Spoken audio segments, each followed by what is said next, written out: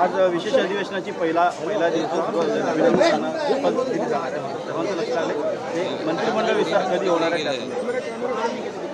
आजचा दिवस हा नवीन जे आमदार निवडून आलेले आहेत त्यांच्या शपथविधीसाठी आहे. आजचा, उद्याचा आणि परवाचा दिवस. आणि मला असं वाटतं की विधानसभेच्या अध्यक्षांची निवड देखील ह्या संपूर्ण प्रक्रियेमध्ये होणार आहे.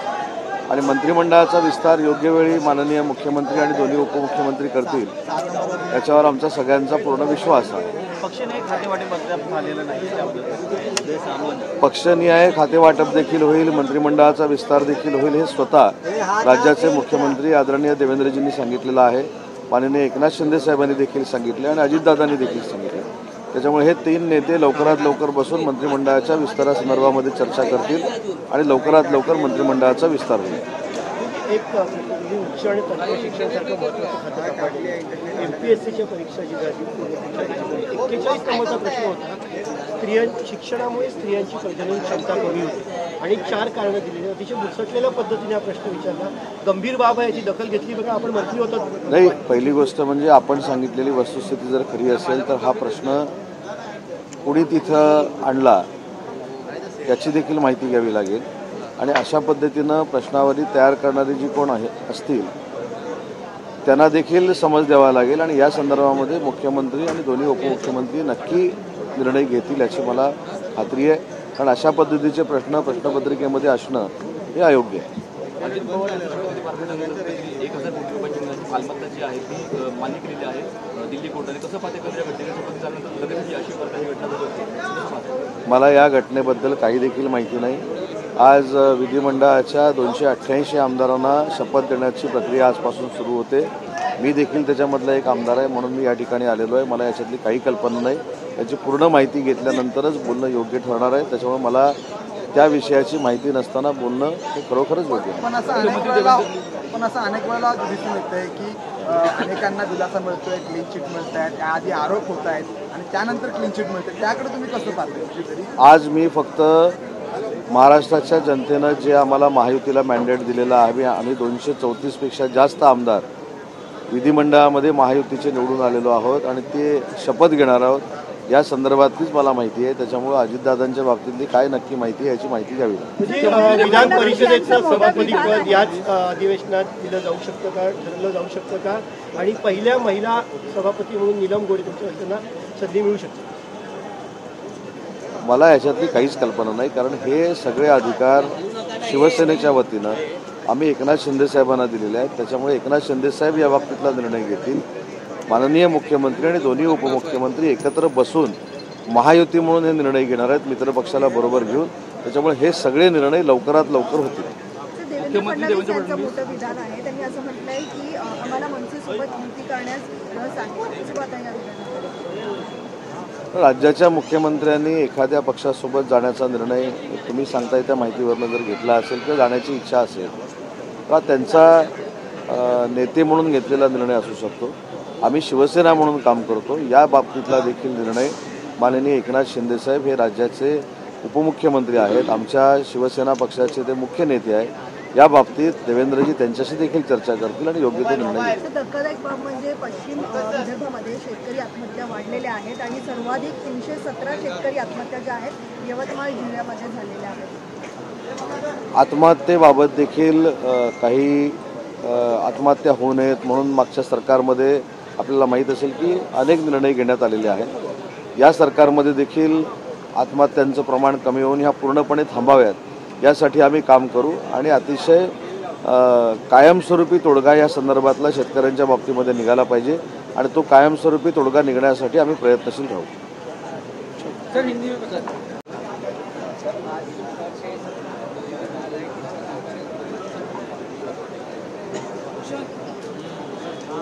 15 दिन पहले हमारी जो विधानसभा का जो चुनाव हुआ था उसमें जो चुन के आए 288 MLAs उनका ओथ सेरेमनी आज विधान भवन में है। 3 दिन का ये अधिवेशन है और इसमें मेरे ख्याल से विधानसभा अध्यक्ष का भी चुनाव होने वाला है, उसका भी अर्जी भरने का प्रोग्राम इसमें आया है। ये 3 दिन का अधिवेशन है, उसमें ज़्यादा से ज़्यादा 288 जो हमारे चुन के आने वाले जो आए हैं विधायक उनका वो सेरेमनी है। इसका नाम विधानसभा विस्तार को लेकर किस तरीके की चीजें चल रही हैं, किस तरीके की बातें चल रही हैं, क्योंकि लगातार ये बताया जा रहा है कि होम मिनिस्ट्री को लेकर जो है वो शिंदे साहब जो है तत्पर है, उनको होम मिनिस्ट्री चाहिए, इस तरीके नहीं, हमारे सामने एक सवाल है कि ये होम मिनिस्टर के लेके सवाल खड़ा किया गया है, ये किसने बोला है, ये किसने बताया है? ऐसी कुछ भी बात नहीं है। तीनों नेता बैठ के मंत्रिमंडल का विस्तार कब होगा ये तय करेंगे और जल्द से जल्द तय करेंगे और जल्द से जल्द मंत्रिमंडल का विस्तार होगा। विधानसभा अध्यक्ष का नाम किसका नहीं, वो भी तीनों नेता फाइनल करेंगे। सरकार मुख्यमंत्री ने इंटरव्यू देते समय तुमचे आज भाऊ विधान भवनात काय नेमकी भावना आहे? विधानसभेच्या इतिहासातला पहिल्यांदा असा हा दिवस आहे की कोकणातनं दोन कुटुंबातले दोन सख्खे भाऊ विधानसभेमध्ये आलेले आहेत। त्याच्यामध्ये माझे मोठे बंधू आहेत, मी स्वतः विधानसभेमध्ये आलो आहे आणि आमच्या पुढच्या जिल्ह्यातनं म्हणजे सिंधुदुर्ग जिल्ह्यातनं निलेश राणे आणि नितेश राणे हे दोन भाऊ निवडून आलेले आहेत।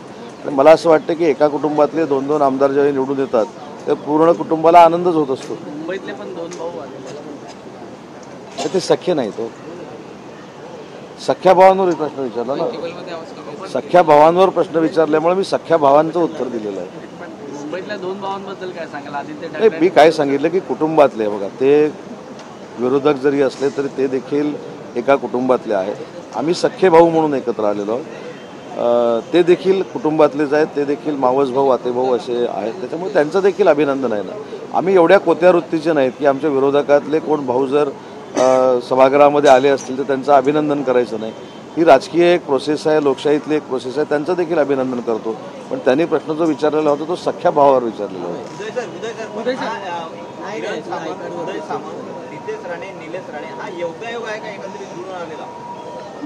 हा मतदारांनी जुळून आणलेला योगायोग आहे, कारण नितेशजी राणे तुम्ही बघत असाल, माझा मतदारसंघ, त्याच्यानंतर किरण भैयांचा मतदारसंघ आहे, त्याच्यानंतर नितेशजींचा मतदारसंघ आहे आणि त्याच्यानंतर निलेशजींचा मतदारसंघ आहे।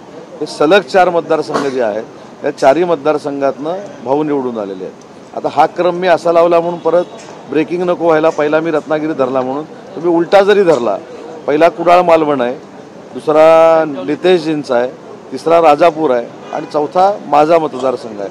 या 4ही मतदारसंघामध्ये आम्ही 4 भाऊ निवडून आलेलो आहोत, म्हणजे 2 राणे 2 सामंत।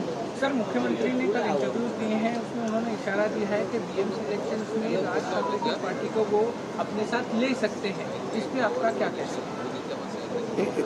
मेरे ख्याल से महाराष्ट्र राज्य के मुख्यमंत्री देवेंद्र जी ने युति के बारे में, अलायंस के बारे में अगर कुछ बात कही हो तो उसके ऊपर मैंने बात करना उचित नहीं है, क्योंकि हमारा निर्णय जो है वो शिवसेना पार्टी का है। शिवसेना पार्टी के नेता माननीय एकनाथ शिंदे साहब है। एकनाथ शिंदे साहब के नेतृत्व में हम काम करते हैं। एकनाथ शिंदे साहब अलायंस के बारे में जो कुछ निर्णय लेंगे उसका हम समर्थन करेंगे। सर, विधानसभा अध्यक्ष पदासाठी महाविकास आघाडी देखील आता उमेदवार देण्याच्या तयारीत आहे, विरोधी पक्ष नेते देण्यासाठी देखील बहुमत नाही आणि आता ते ह्याच्यामध्ये मला असं वाटतं की खरं तर विधानसभेच्या अध्यक्षांची निवडणूक ही बिनविरोध झाली पाहिजे आणि संख्याबळाचा देखील विचार झाला पाहिजे। त्याच्यामुळे ते उभं करणार असतील तर करू देत, परंतु माझी देखील महायुतीच्या मार्फत त्यांना विनंती आहे की विधानसभेची निवडणूक ही फार मोठी परंपरा असलेली एक निवडणूक आहे। महायुतीचं संख्याबळ बघता फार मोठं संख्याबळ महाराष्ट्र राज्यानं महायुतीला दिलेलं आहे। त्याच्यामुळे महायुतीचे विधानसभेचे जे कोण अध्यक्ष असतील त्यांना बिनविरोध विधानसभेचा अध्यक्ष करावं, ही देखील माझा एक सर्वसामान्य कार्यकर्ता म्हणून त्यांना विनंती आहे।